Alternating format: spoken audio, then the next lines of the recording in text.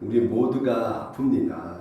어떤 사람은 아픈 것이 보이고 어떤 사람은 아픈 것이 안 보일 뿐이지 누구나 더 아프고 누구는 덜 아프고 그렇죠. 그것이 우리 가운데 항상 있는 것이죠. 그래서 하나님께서 세워놓으신 그 질서 안에서 인간의 죄 때문에 그 모든 것이 깨지고 난 후에 누구나 크고 작은 아픔을 겪으면서 이 땅에서 살아가게 되는 것이죠.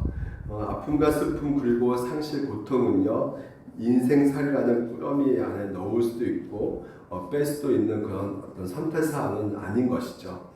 이것은 필수 요소가 됩니다. 그래서 깨어진 세상에서 상처난 인간들이 서로 부대끼며 살아가는 것이 인생이기에 우리는 그것을 받아들여야 되는 것이죠. 예수님 오시기 전까지 항상 이 땅에서는요 그런 상황이 변하지 않게 될 것입니다.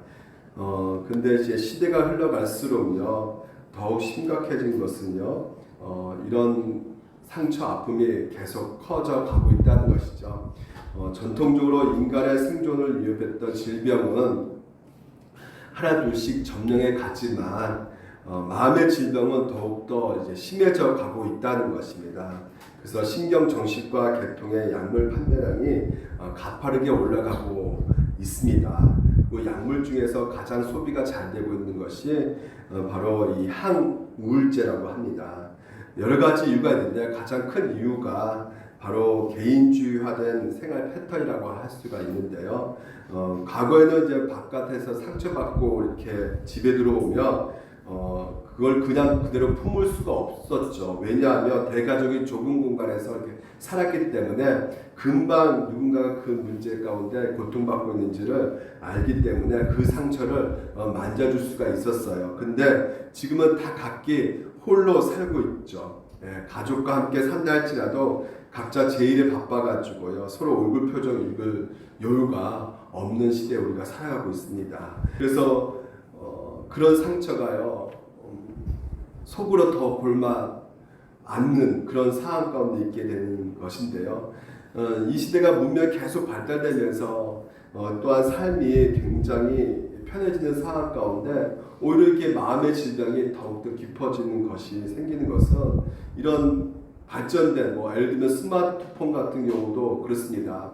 굉장히 우리가 그런 혜택을 누리고 있지만요. 그 스마트폰을 통해서 결국은 자신의 내면을 보기보다는 우리가 눈과 관심이 끊임없이 외부로 이렇게 보게 되는 상황 가운데 우리의 자신을 볼 수가 없는 우리 내면의 어떤 아픔과 고통을 볼 수 없는 그런 상황 가운데 있게 된 것이죠. 그래서 스마트폰으로 인해서 그 ADHD 여러 가지 그 주의력 결핍증과 그리고 또한 과잉 행동 장애가 계속 증가하고 있다는 소식을 우리가 듣게 됩니다.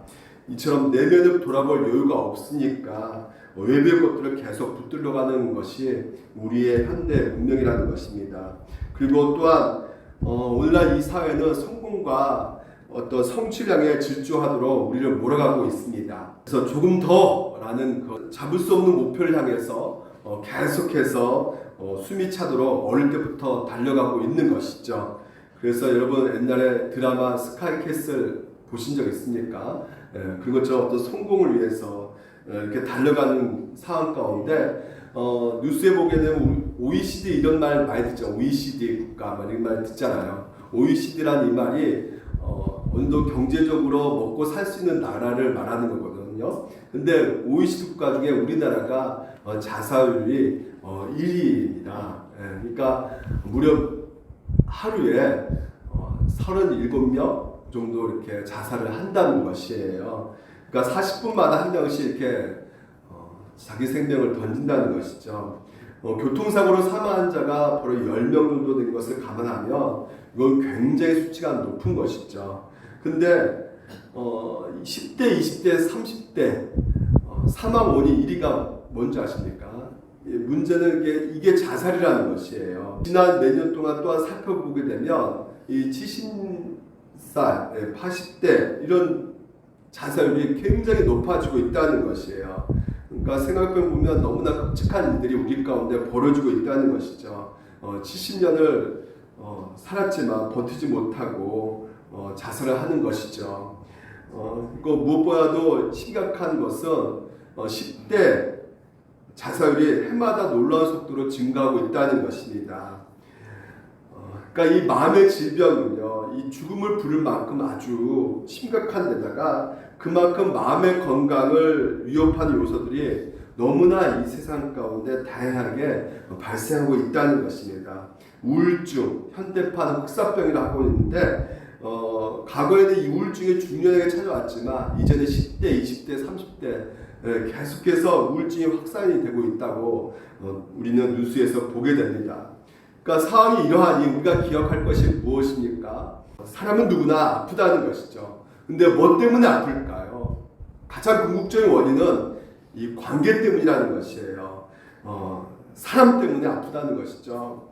그래서 오늘도 여러분 한번 질문을 던져보면, 여러분 요즘에 여러분 힘들게 하는 것이 무엇입니까? 여러분 힘들게 하는 사람이 누굽니까?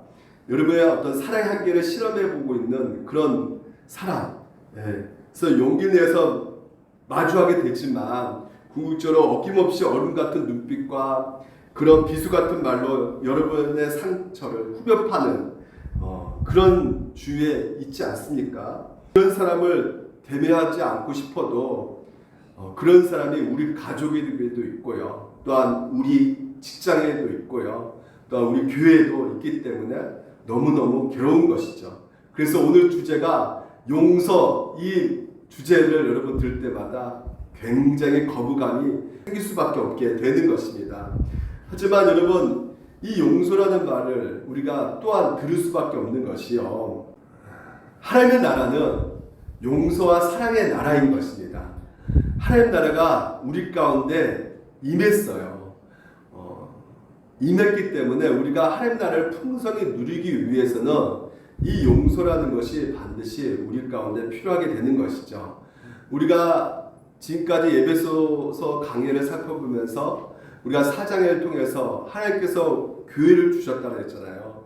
예수 그리스도가 머리가 되시고 우리가 각 지체, 우리의 몸이 바로 여러분이 바로 교회라고 말씀을 드렸습니다. 건물이 아니라고 말씀을 드렸어요. 여러분이 바로 교회인데 하나님께서는 하나님의 나라를 이 교회를 통해서 경험케 하기로 원하시는데 그러기 위해서는 하나가 되어야 된다고 말씀을 드렸습니다. 이 하나가 되기 위해서는요, 필요한 것이 있고 또한 이 하나 되는 것을 막는 것이 있는데 그 막는 것이 우리가 지난 시간에 살펴보았죠. 악독과 비방과 노함과 그리고 서로 떠드는 것과 이런 모든 것이 이 하나됨을 막는 요소라고 말씀을 드렸고요. 그렇기 때문에 우리가 옛사람의 그 본성을 버리고요, 이제는 새 사람이 입었기 때문에 뉴 크리에이션, 여러분 새로운 피조물이기 때문에 우리에게는 이렇게 말씀하고 있죠. 친절하게 하라고 그러고 불쌍히 여기면서 서로 용서하라고 하나님께서는 명령을 하고 계신다는 것입니다. 이것은 누가 가능할 수 있다고? 여러분이기 때문에 가능하다는 것이에요. 새로운 피조물이기 때문에, 새 사람이기 때문에 가능하다는 것입니다. 그래서 지난 시간 친절하게 하는 거, 그리고 불쌍히 여기는 거, 이거 살펴보았고요. 오늘 하나님의 최고봉인 이 용서에 대해서 우리가 살펴보도록 하겠습니다. 세 가지로 살펴보겠는데요. 용서의 필요성에 대해서 살펴볼 것이고요. 그리고 용서의 어떤 실천 방법, 그러니까 어떻게 이것을 실천해야 될 수 있는가, 용서를요. 이거에 대해서 살펴보고요. 그러면 또한 세 번째는요, 용서할 수 있는 힘이 어디서 나오는가에 대해서 그 원천에 대해서 여러분 같이 살펴보도록 하겠습니다.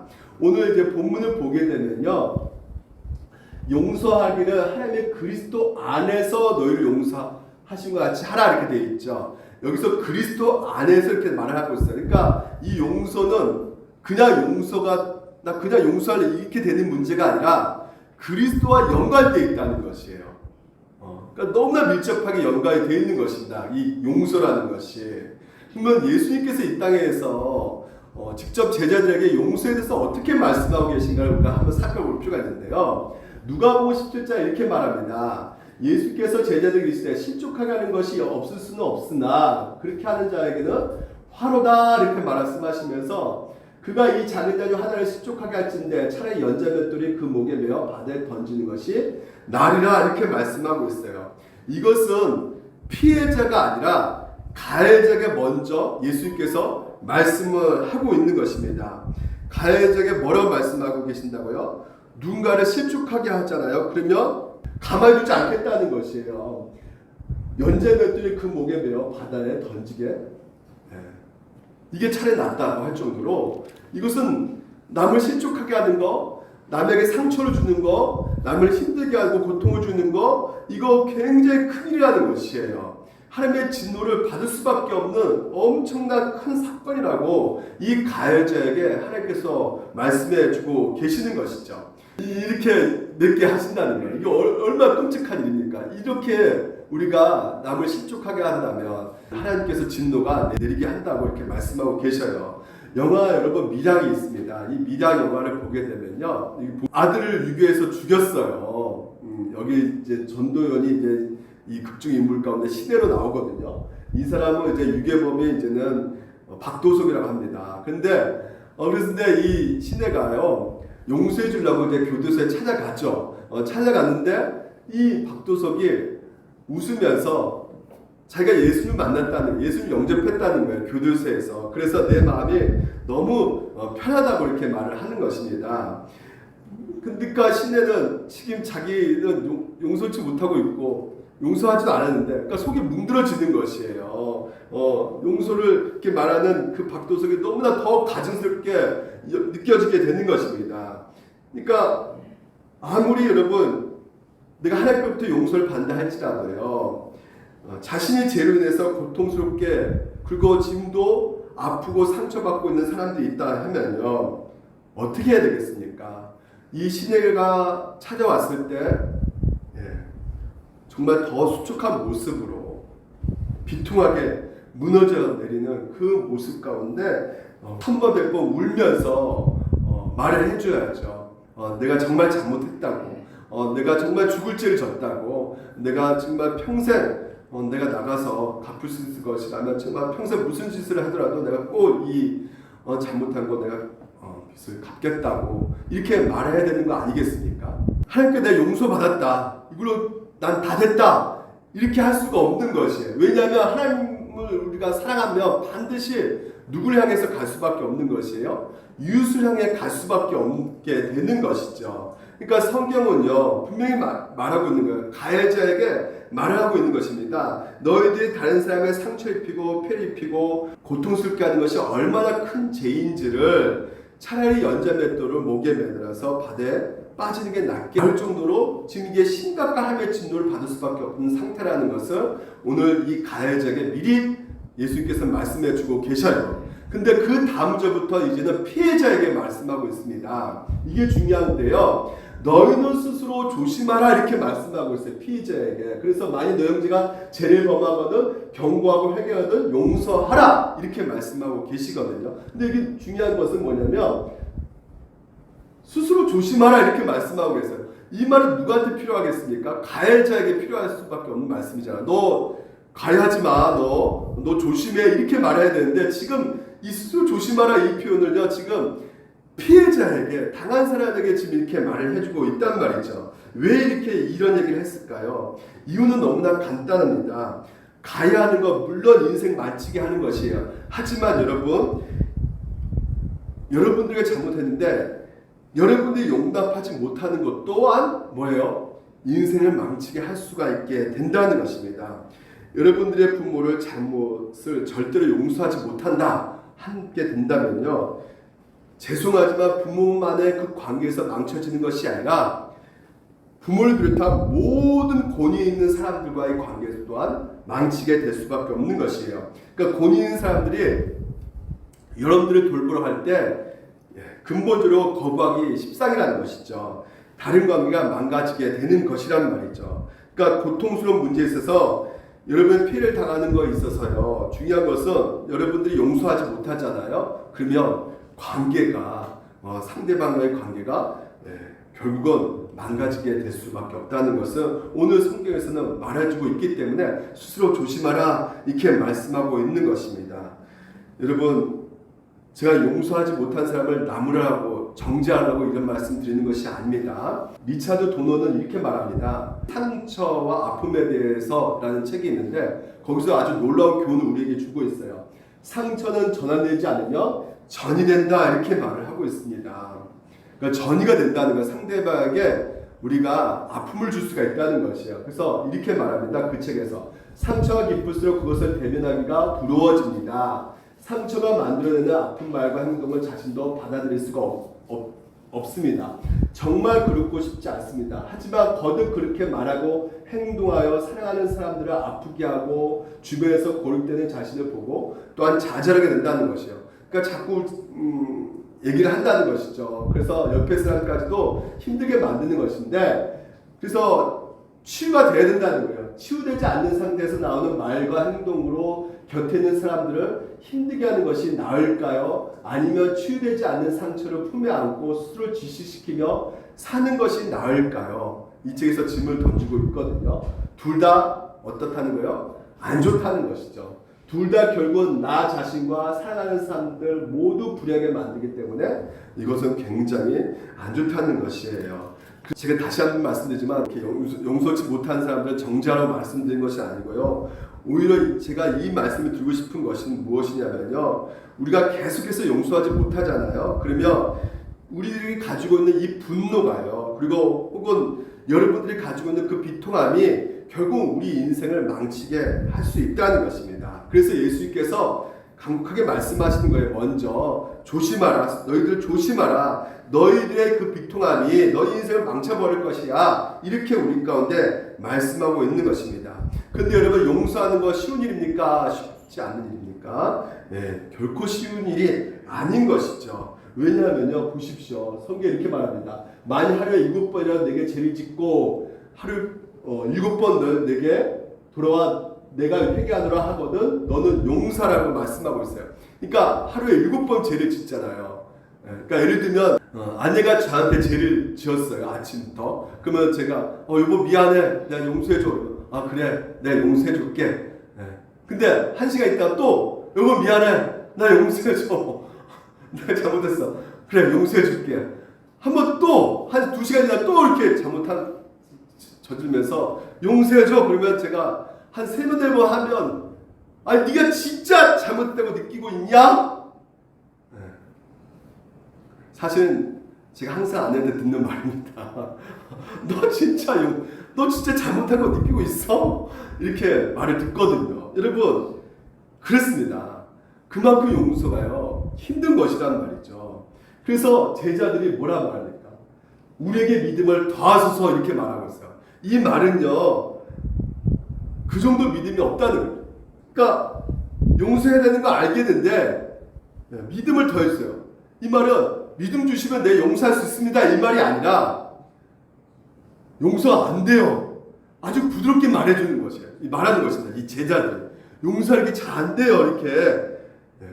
하지만 오늘 용서가 쉽지 않지만 우리 가운데 용서가 반드시 필요하다는 것을 스스로 조심하라 이 말씀 가운데 우리에게 알려주고 있는 것입니다. 그 책에서도 이렇게 말하고 있어요.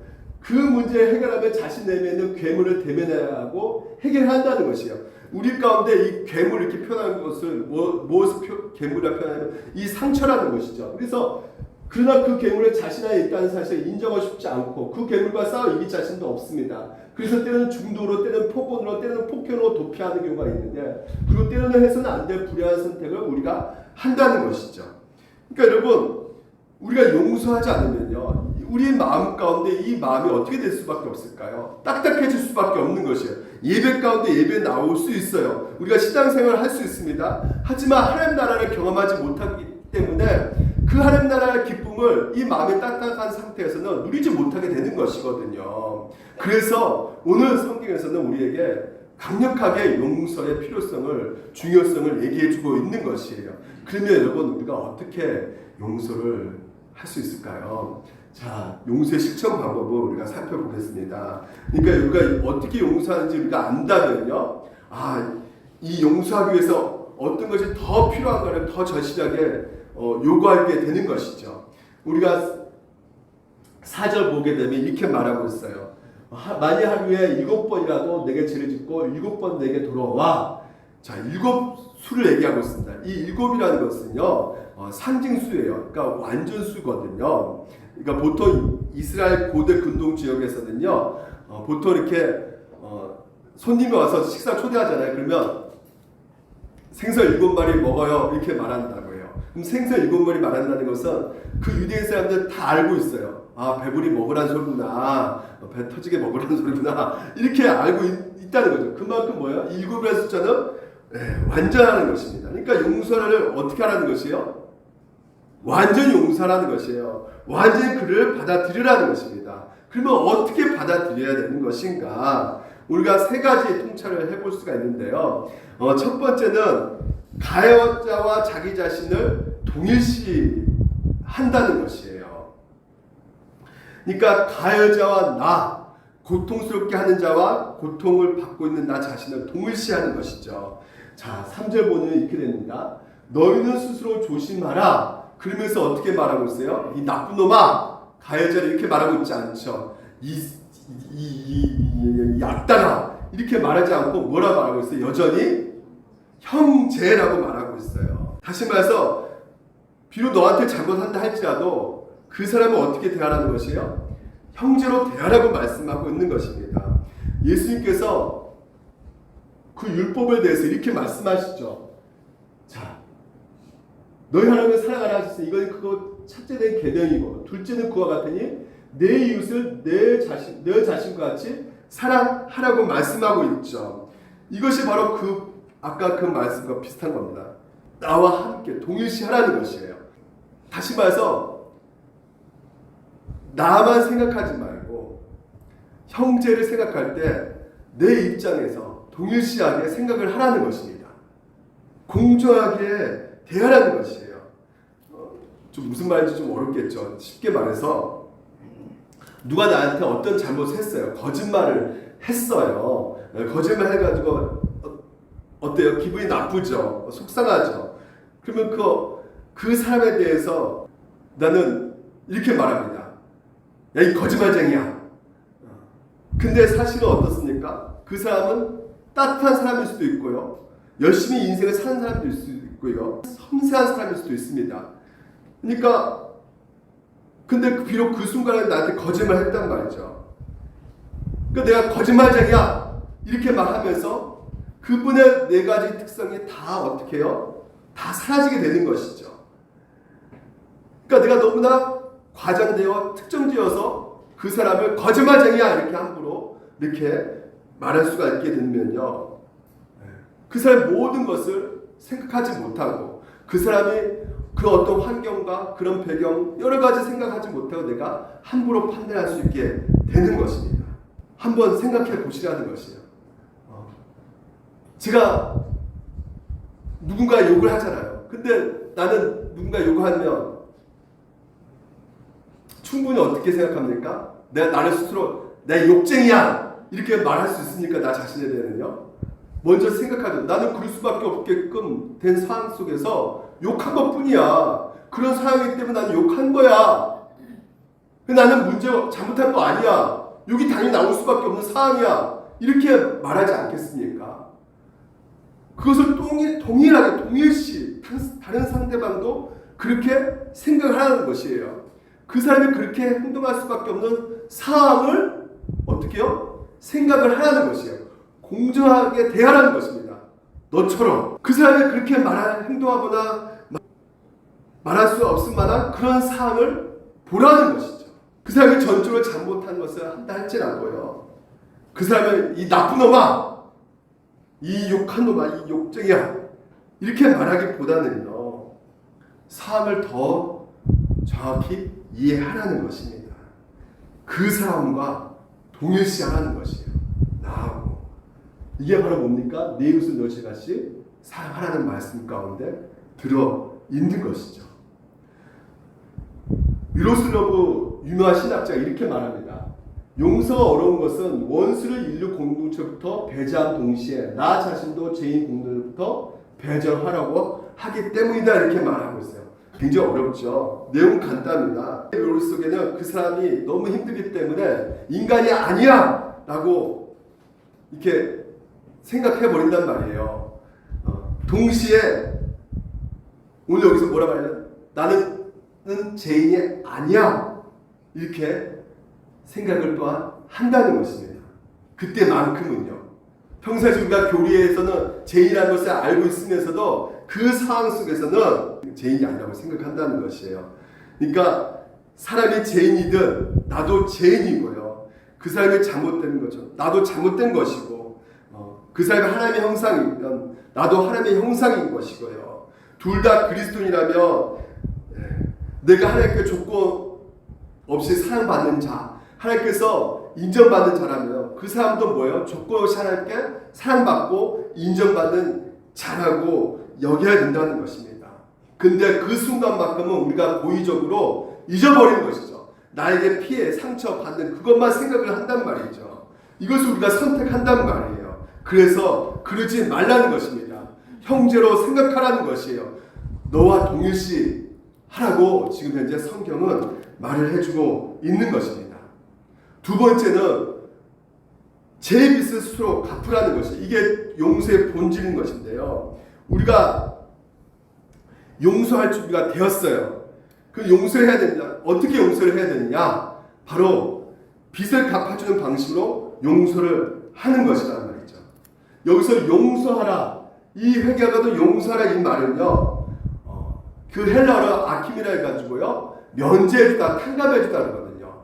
우리에게 지진자를 사해준 것처럼 우리 죄를 사해 주십시오. 우리가 주기도문 한 것도 그리스도 언어를 보게 되면 우리가 우리에게 빚진 자를 우리가 탕감해 준 것처럼 우리가 빚을 탕감해 주십시오라고 기록되어 있습니다. 그러니까 왜 이렇게 이 빚과 연관되어 있냐? 죄는 빚진 것이기 때문에 그런 거예요. 이 죄라는 것은요. 예를 들어서 여러분, 제가 운전을 가보는데 이게 차를 운전해 가는데 누군가가 이렇게 갑자기 확 끼어들어 버렸어요. 깜빡이도 안 켜고. 그래서 내가 너무나 깜짝 놀라가지고 뭐 그냥 옆에 있는 컵잔도 엎어지고요. 저도 충격받아가지고 소리도 지르고요. 그런 상황 속에서 이 사람이 깜빡이 비상등 켜가지고 미안한 말도 안 하고 그냥 가버리면 어떻게 되겠습니까? 저는 바로 쫓아갑니다. 쫓아가가지고 어떻게든지 끼어드는 것이죠. 그래서 딱 끼어들 바로 막아가지고 기어이 사과를 받아내는 것이죠. 어떻게든 사과를 받아내는 것이에요. 이게 흔히 보복 운전이라고 하잖아요. 그렇게 받아낼 때 어떻게 마음이 시원해지는 것이죠. 그러니까 뭔가 빚을 받아내는 것이라는 말이에요. 그러니까 모든 죄는 빚을 남기게 되는 것이란 말입니다. 여러분, 누가 여러분을 헌담하고 여러분 명예를 훼손한다고 생각해 보십시오. 여러분의 마음에 상처가 있습니다. 근데 이걸 어떻게 합니까? 돈으로 이제 빚을 저렇게 계산해 보지만 이게 계산이 안 되는 것이에요. 그래서 여러분 머릿속에서 자동적으로 그 사람에 대한 행동에 대해서 이 계산해 보고 거기서 어떻게든지 갚아보려고 했지만 이게 계산이 안 되기 때문에 우리가 하는 행동은 어떻습니까? 못 갚을 줄 알고 에라. 옆에 사람들에게 그 사람이 나한테 얼마나 잘못했는가를 말하는 것이죠. 그래서 나에게 상처 준 그 사람의 명예를 깎아내리는 복수를 하는 거죠. 빚을 갚는 것이란 말이죠. 이게 복수의 방법인데요. 복수를 안 하고 용서는 이렇게 하라는 것이죠. 아무 말 하지 말라는 것입니다. 아무 말 안 하는 것이라는 말이에요. 그러면 어떻게 하는 겁니까? 빚을 내가 갚는 것이죠. 그러니까 누군가를 용서한다는 것은 뭐예요? 아무 말 하지 않는 것이에요. 그러니까 그 사람의 죄 때문에 생긴 그 빚을 내가 대신 갚아주는 것입니다. 그리고 혼자 있을 때는 어떻게 해야 될까요?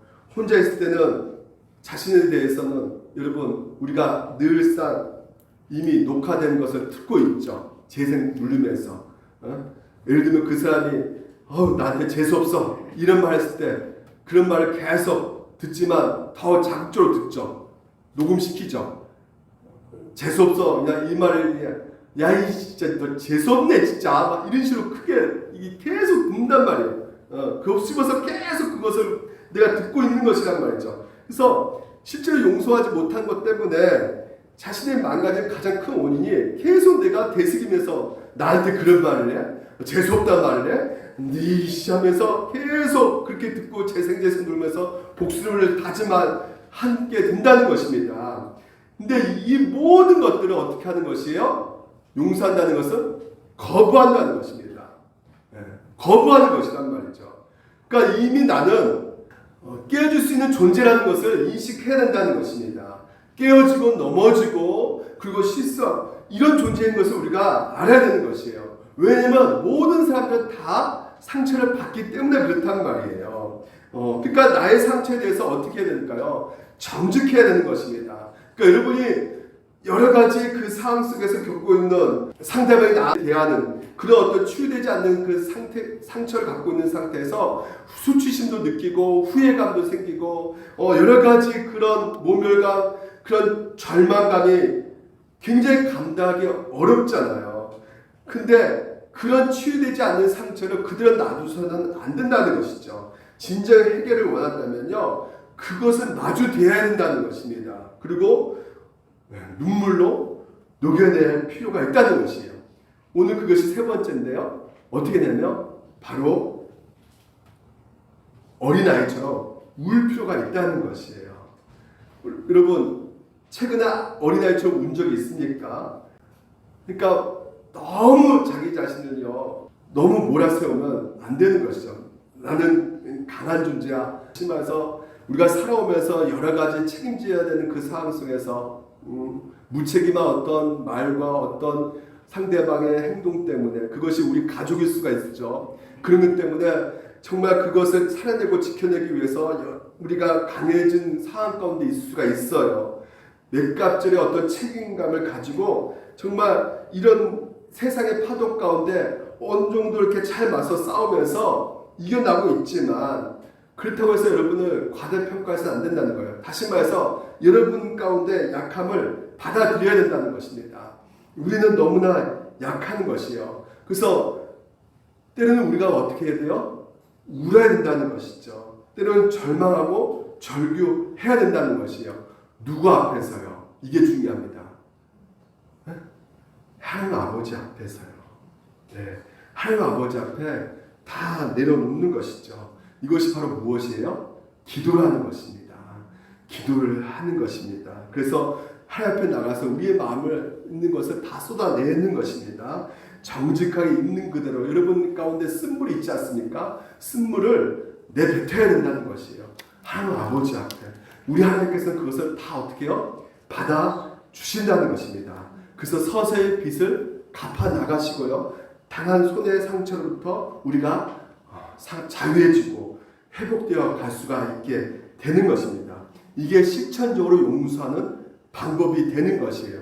그러면 이제 마지막으로 여러분 용서할 수 있는 힘이 어디서부터 나오는 것인가 이게 중요합니다. 제가 실천 방안 얘기했죠. 동일시하자. 그리고 두 번째 뭐라고 그랬습니까? 빚을 갚으라는 것이라고 말씀드렸죠. 그리고 세 번째는 하나님 앞에 나가서 기도 모든 것을 토해야 한다고 말씀드렸어요. 근데 여러분 이렇게 해서 용서가 됩니까? 용서 그래 하자. 여러분 용서할 수 있어 나는. 여러분 그게 돼요? 그런 힘이 없단 말이에요. 알기는 알겠지만 힘이 없는 것입니다. 사도들이 주께 여짜오되 우리에게 믿음을 더하여 주시옵소서 이렇게 말하잖아요. 용서할 수 같지 않는다는 말이죠. 그래서 믿음을 더해 주세요. 이렇게 말하는 그 상황 속에서 예수님께서도 뭐라 말씀하시냐면 너에게 겨자씨 하나 만한 믿음이 있었더라면 이렇게 말하고 있어요. 다시 말해서 보통 여러분 용서의 문제에 대해서 얘기할 때 하나님 나에게 사랑이 부족합니다. 사랑을 더해 주세요. 이렇게 말하는 것이 당연한 건데 뭐라 말하고 있습니까? 믿음을 더해 주세요. 이렇게 말하고 있어요. 사실은 하나님께서는 오늘 우리 가운데 뭐라 말씀하시냐면 겨자씨 하나 만한 믿음이 있으면 된다는 것이에요. 그러니까 용서는 뭐와 연관이 있다? 바로 이 믿음이라는 것이에요. 너무 중요합니다, 여러분. 성경에서 오늘 본문 이제 나옵니다. 같이 한번 읽어볼까요? 시작. 서로 친절하게 하며 불쌍하게 하며 서로 용서하기를 하나님이 그리스도 안에서 너희를 용서하실 것 같이. 오늘 여러분 누가 용서하십니까? 하나님이 용서하신다는 것이에요. 우리의 죄 용서는 우리의 어떤 선한 행위로 결정되어지는 것이 절대 아니라는 것입니다. 우리의 어떤 행위의 결과로서 우리가 죄 용서를 받는 것이 결코 아니라는 것이에요. 만약에 우리의 선한 행위로 그런 죄 용서의 결과가 주어졌다면요, 우리는 평생도록 다 한 번도 죄 용서함을 받을 수가 없어요. 왜 그렇습니까? 우리는 죄를 매일매일 반복적으로 짓기 때문에 아무리 우리가 선한 행위를 한다 할지라도 죄를 더 많이 짓는단 말이죠. 그래서 이 세상 사람들은 이 보속행위, 불교도 그렇습니다. 내가 죄를 지으면 그래, 그 신에게 적어도 내가 선한 행위를 많이 보여줘서 그 신이 내 죄를 용서해 줄 것이다. 선한 행위로 말미암아. 이렇게 생각하는 경우가 너무나 많단 말이죠. 그러니까 선한 행위로 내 죄를 덮을 수 있다면 선한 사람을 더 사랑해야 되겠지만 선한 사람을 사는 것보다도 죄를 짓는 횟수가 더 많기 때문에 성경에는 우리에게 분명하게 하나님께서 우리 가운데 이렇게 말씀하고 계신단 말이죠. 물론 우리는 다 부정한 자 같아서 우리의 의는 뭐라고요? 여러분이 아무리 선한 일을 한다 할지라도요, 거기에는 뭐가 있다는 것이에요? 더러운 것이 있다는 거예요. 죄가 들어있다는 것입니다. 그래서 하나님께서 도무지 받을 수 없는 더러운 옷을 입고 있다는 것이에요. 그러니까 여러분, 결코 우리의 어떤 행위의 결과로 우리의 죄 용서를 받을 수가 없다는 것이죠. 그래서 보십시오. 오늘 1절 2절 누가복음에 예수께서 말씀하신 거 보십시오. 연장자들이 그 목에 매어 반대에 던지는 것이 나으니라 이렇게 말씀하시는 것은 결국은 지옥의 바다에 던져지기 때문에, 하나님의 진노가 엄청나게 크기 때문에 이 죄라는 것은, 그러니까 차라리 연장자들이 그 목에 바다에 던진 것이 더 낫다 이렇게 말씀하시는 거잖아요. 근데 여러분, 오늘 우리는 뭘 알고 있는 것이냐면요, 내가 저지른 모든 죄의 빚은 예수님께서 다 가져가셨다는 것이에요. 아멘? 그분이 우리의 죄의 빚을 다 가져가셨다는 것이에요. 보십시오. 미가서 많은 학자들은 이 대목을 예수님께서 이 미가서를 보고 인용하셨다 이렇게 말씀하고 있어요. 미가서에 어떤 말이 나옵니까? 미가서에 보면 다시 우리를 불쌍히 여기셔서 우리의 죄악을 발로 밟으시고 우리의 모든 죄를 어떻게 해요? 깊은 바다에 던지시리이다. 자, 우리의 모든 죄를 깊은 바다에 던져버리십니다. 누가요? 누가 던져졌습니까? 예수님께서 죄가 되셨단 말이에요. 내가 연장맷돌 메고 내가 바닷속에 집어 들어가야 되는데, 지옥바다에 내가 들어가야 되는데 예수님께서 어떻게 하신 것이에요? 바로 죄가 되셔서 그 바다에 연장맷돌 메고 내가 맷돌 메야 되는데 예수님께서 들어가셨단 말이에요. 그분이 잿덩어리가 되셔가지고. 고린도후서에 이렇게 말하죠. 우리 같이 한번 읽어볼까요? 시작. 하나님이 죄를 알지 못하신 이를 우리를 대신하여 죄로 삼으셨다는 것이에요. 하나님께서 내가 들어가야 될 그 내가 잿덩어리에서 내가 연장맷돌 메고 거기에 들어가야 되는 나의 대신 죄가 없으신 예수님께서 연장맷돌 메고 빠지셨다는 것입니다. 그래서 오늘도 여러분, 그 하나님의 모든 저주와 진노를 예수께서 대신 마셨기 때문에 그 빚을 우리가 탕감 받았다는 것이에요. 너희가 정말로 이렇게 모든 빚을 탕감받았다는 것을, 용서받았다는 것을 안다면 오늘도 너희들의 그 작은 용서, 그 거대한 용서에 비해서 그 작은 용서 할 수 있다는 것이죠. 너희들 이것을 믿는다면, 이 믿음만 있다면, 사랑의 마음이 더 생기는 그런 것이 아니라 정말 믿는다면요, 오늘도 너희들에게 용서할 힘이 생긴다는 것입니다.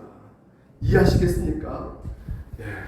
예수님께서는요, 이 용서의 일종의 단계를요 거치셨어요. 이 땅에서 인간 몸으로 오셨잖아요. 예수님께서 인간 몸으로 오셔가지고 누굴 만나셨습니까? 원수들을 만나셨죠. 그렇죠. 예수님께 상처 준 사람을 다 만났어요. 다 만나셨어요. 근데 그 인생을 만나면서 어떻게 하셨습니까? 나한테 욕을 해? 이 나쁜 놈아. 나한테 재수없다고 말해. 이 연재맷돌 집어넣어야 될 놈아. 내고 연재맷돌 맷돌 메고 죽여 떨어질 놈아. 이렇게 하지 않으시고 어떻게 여기셨다고요? 불쌍히 여기셨단 말이에요. 다시 말해서 어떤 존재로 여기셨습니까? 동일시했단 말이에요. 누가요? 예수님께서. 그래서 예수님께서 뭐라 말씀하십니까? 십자가에 죽으시면서 그 육체의 연약함, 인간의 연약함을 다 경험하시면서 아버지, 저들을 용서해 주시옵소서. 저들이 무슨 말 할지 모릅니다. 여러분은 어떻게 할까요? 여러분들은 그 상황이 되면 저들 용서하지 마세요. 저 인간들. 전 뻔히 알면서 저질합니다. 진짜. 우리는 그렇게 말하지만 예수님께서는 오늘 우리에게 그렇게 말씀하지 않으셨어요. 여러분, 이 예수님 우리가 믿을 때 우리 마음 가운데 어떤 생각을 하게 됩니까? 내가 그리스도 안에서 내가 그런 사랑을 받았구나. 그런 용서함을 받았구나. 나를 용납하셨구나. 내가 저지른 그 죄가 너무나 거대한데 그 엄청난 제 빚을 탕감받았구나. 그렇다면 여러분, 여러분들에게 죄를 저지르고요, 여러분의 고통스럽게 한 사람, 오늘 여러분 예수를 바라볼 때 그 용서하심과 내 빚을 탕감해 준 것을 우리가 묵상할 때요, 나를 괴롭히고 나를 고통스럽게 하는 사람이 어떻게 보일까요? 예전엔 무겁게 느껴졌죠. 예전엔 진짜 꼴도 보기 싫어졌죠. 물론 그 사람이 상처를 준 건 사실이지만요, 이제는 그것이 무겁게 느껴진 것이 가볍게 느껴지는 것이고요, 그닥 느껴지는 것입니다.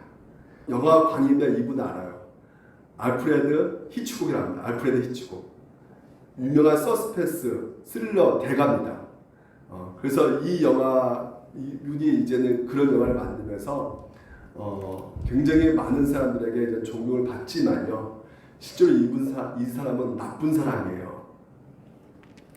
어느 정도 나쁜 사람이냐면요, 배우들 있지 않습니까? 이 배우를 이렇게 섭외하면 그 배우들과 잠자리를 요구를 하는 그런 아주 악한 감독입니다. 그래서 실제로 그 배우들 이제 잠자리를 허락하지 않으면 이 배우들의 커리어, 이 경력들을 완전히 망가뜨려 버리는 것이에요. 그래서 다른 어떤 수를 써서라도 그 다른 영화에 출연시키지 못하게끔 망가뜨리는 게 이 히치콕입니다. 이 알프레드 히치콕. 아주 악한 사람이죠. 아주 나쁜 사람이죠.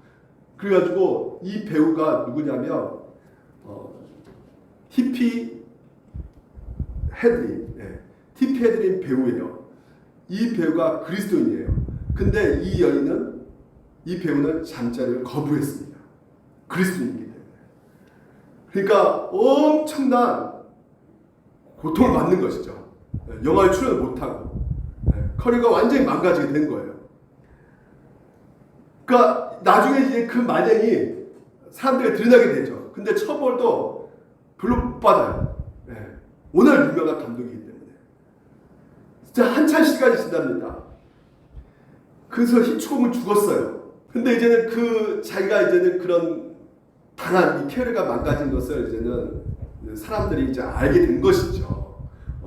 이 히치콕 때문에. 그래서 뉴욕 타임즈가 이제는 기자가 인터뷰를 합니다. 장례식 때 갔습니까? 예. 안 가셨겠죠? 예. 근데 이 PT가 이렇게 말합니다. 아니요, 저 갔어요. 그러니까 또 기자가 그러면 무덤에 가서 춤을 뱉으러 가셨군요. 이렇게 물어보고 춤 뱉으러 가셨군요. 이렇게 물어보고 아니요, 제가 왜 뱉습니까? 그러면서 이렇게 말을 하는 것이에요. 그 사람이 내 경력을 망쳤지만 내 인생을 망치지는 않았어요. 이렇게 말합니다. 그가 내 경력을 망쳤지만 내 인생은 망치지 않았어요. 이렇게 말을 하는 것입니다. 다시 말해 내 인생은 절대 망칠 수가 없습니다. 이렇게 말하는 것이에요. 이것이 여러분 그리스도인들이 가질 수 있는 능력과 자신감이라는 것입니다. 여러분 어떤 피해를 끼친 사람들이라 할지라도요. 여러분 그렇죠. 우리 삶의 일부는 망가질 수가 있어요. 하지만 우리의 전 인생은 결코 망가지지가 않습니다. 예수 그리스도 안에서 오늘 우리 가운데 회복될 소망이 있기 때문에 그 누구도 우리를 망가뜨릴 수가 없는 거예요. 내 삶에 지금까지 튀기면서 말해요. 어떤 부분이 망가질지라도요. 내 경제 부분이 망가졌지만 내 정서적 고통받다 할지라도 그렇죠. 망가졌죠. 하지만 내 인생은 망가질 수가 없습니다. 한번 따라서 합시다. 내 인생은 절대 망가질 수 없다. 망가질 수가 없는 것이에요. 그리스도인 안에서는 절대 다른 그 어떤 누구도 우리 인생을 망가질 수가 없습니다. 하나님께서 돌보고 계시기 때문에, 여러분을 매일매일 용납하고 계시기 때문에, 여러분을 매일매일 사랑하고 계시기 때문에, 그래서 하나님께서 여러분을 사랑하고 계신다는 것을 믿는다면, 겨자씨 하나 이것을 믿는다면 오늘 여러분 우리들은 일어날 수 있는 능력이 여러분 가운데 있다는 것이에요. 내 인생 망칠 수 없어. 예수 그리스도 안에 있기 때문에.